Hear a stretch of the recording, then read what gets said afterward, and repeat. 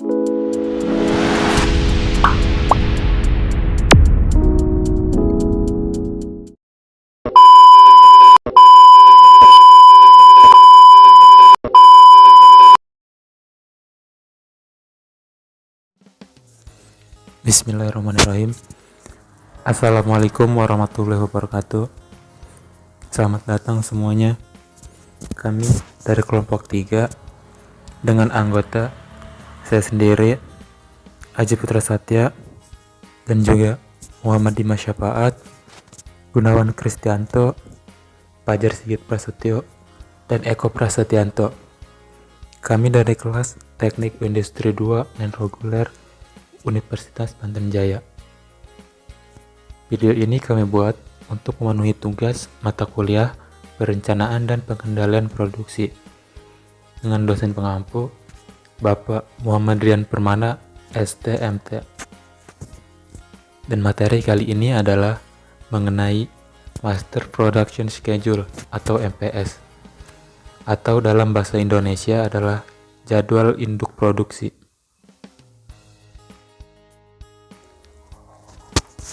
Oke, baiklah. Definisi MPS.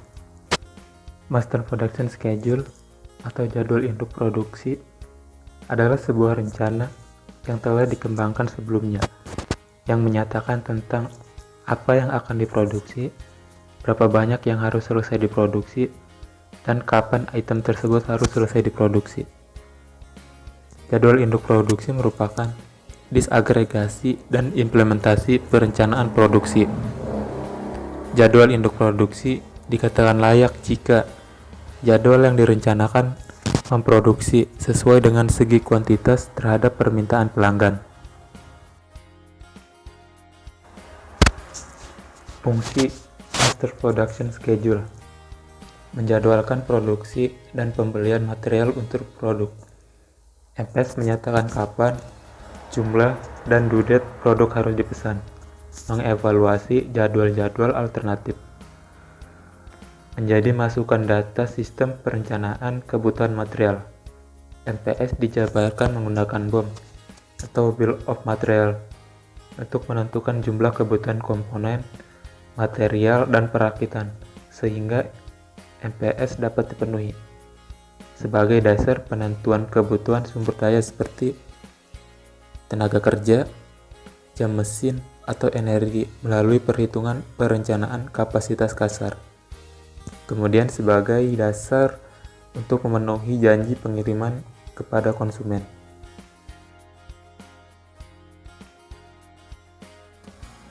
Sehingga kalau kita lihat di dalam proses planning, mulai dari aggregate production plan atau sales operation planning, turun ke MPS, kemudian dari MPS ke MRP, kemudian dari MRP, kemudian kita akan membuat detail tentang penjadwalan. Dan di masing-masing aktivitas perlu kita pertanyakan, apakah kapasitas itu cukup? Kalau kapasitas cukup, maka tentunya ini bisa dieksekusi. Kalaupun tidak cukup, ada beberapa alternatif. Apakah alternatif kita nanti akan subkontrak atau lembur misalnya, atau merekrut karyawan atau staf? Kalaupun tidak bisa, maka perlu dipertanyakan apakah production plan yang di level atas itu perlu untuk kita rubah. Demikian juga ketika saat menjalankan rencana ini, dari mulai agregat ke MPS turun ke MRP, di masing-masing tahap selalu ada checking kapasitas.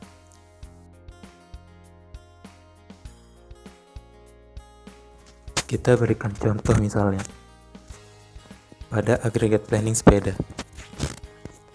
Ini hasil aggregate planning, katakanlah misal aggregate planning yang dipakai overtime atau subkontrak, sehingga Januari aggregate planningnya 1.500 dan Februari 1.200. Kemudian kita lakukan disagregasi. Misalnya kita mengambil berdasarkan dari sel sebelumnya, bahwa road bike di bulan Januari, misalnya road bike menduduki posisi 13%, atau kita bulatkan 15%. Dari mana 15%? 15% dari produksi road bike di bulan Januari 200 dibagi 1.500 dikali 100%, hasilnya 13%. Kita bulatkan menjadi 15%. Dan untuk hybrid bike, 1000 sepeda dari produksi hybrid bike di bulan Januari dibagi 1.500 dikali 100%, hasilnya 60%. Kemudian mountain bike 25%. Sehingga dari 1.500 maka kita bagi menjadi 3. Road bike 15%, hybrid bike 60%, dan mountain bike 25%. Sehingga road bike akan diproduksi 200, hybrid 1000, dan mountain bike 300. Sehingga kita buat schedule di Januari, kita buat road bike di minggu pertama dan ketiga agar balance. Untuk hybrid minggu kedua dan keempat, mountain di minggu ketiga, sehingga di setiap minggu kita ada produksi dengan jenis yang berbeda. Demikian juga pada bulan Februari, sehingga ini adalah MPS rencana bahwa pada minggu pertama bulan Januari akan ada 100 sepeda road bike yang sudah jadi, dan di minggu ketiga akan ada 100 road bike yang akan jadi.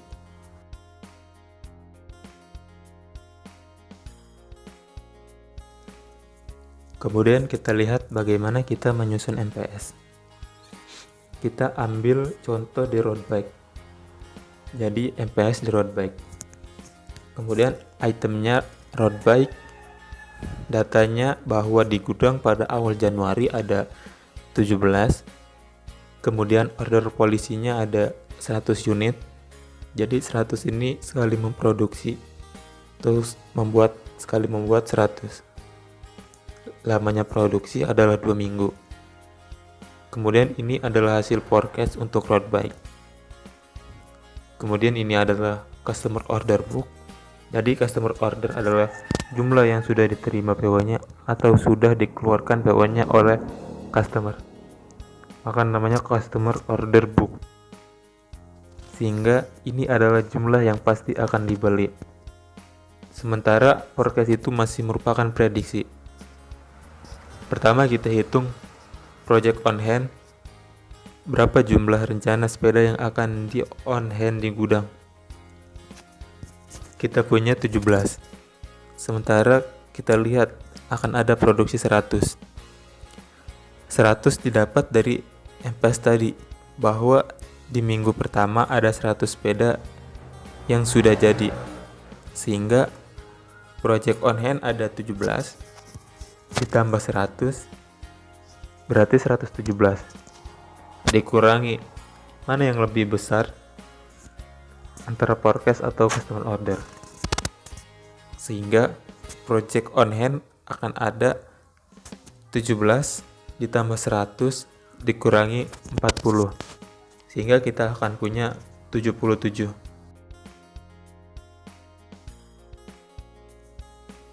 Kemudian selanjutnya kita punya 77 dikurangi 40. Mana yang lebih besar? Forecast atau customer order? Maka di sini akan ada 37.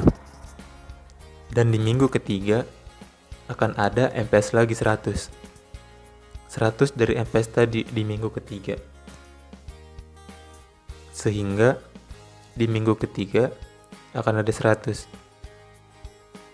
Karena di minggu ketiga MPS kuantitinya jadi 100, kapan mulai dibuat?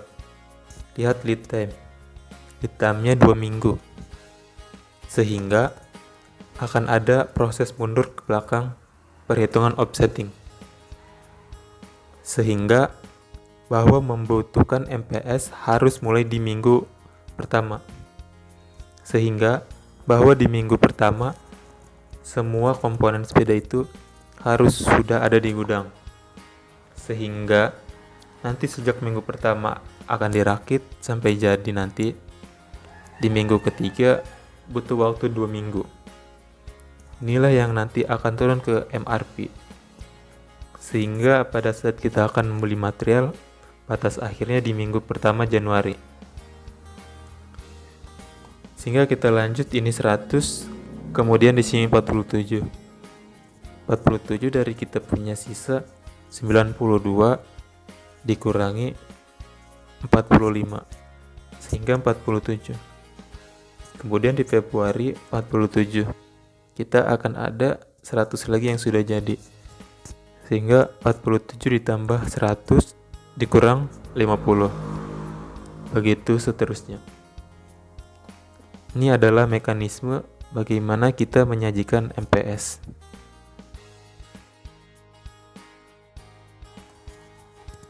Kemudian ada juga namanya time fence atau pagar-pagar waktu. Sehingga ini adalah aturan untuk scheduling, yaitu bahwa pada saat kita membuat MPS maka akan ada batas waktunya, di mana MPS itu sudah tidak bisa diubah. Misalnya 1-2 minggu itu no change, jadi frozen atau sudah dibekukan, sudah tidak boleh ada perubahan lagi. Kalau ada permintaan 2-4 minggu sebelumnya boleh berubah, tapi sedikit, mungkin 5%. 4-6 minggu itu change, lebih dari 6 minggu masih open. Artinya bahwa pada saat kita punya MPS seperti ini, misalnya saja bahwa di minggu pertama akhir minggu, misalnya tiba-tiba ada customer yang sudah book, misalnya telepon minta dirubah sepeda yang tadinya warna merah dengan warna biru misal. Nah itu sudah frozen, udah nggak bisa karena sudah on the way, udah mulai dirakit, udah diproses, sehingga masa 1-2 minggu ini disebut sebagai frozen. Namun kalau misalnya masih jauh, 1-2 bulan sebelumnya mungkin masih open, karena lead time di sini 2 minggu. Nah itu adalah rule for scheduling. Terima kasih sudah menonton video ini. Mohon maaf bila ada kesalahan. Wassalamualaikum warahmatullahi wabarakatuh.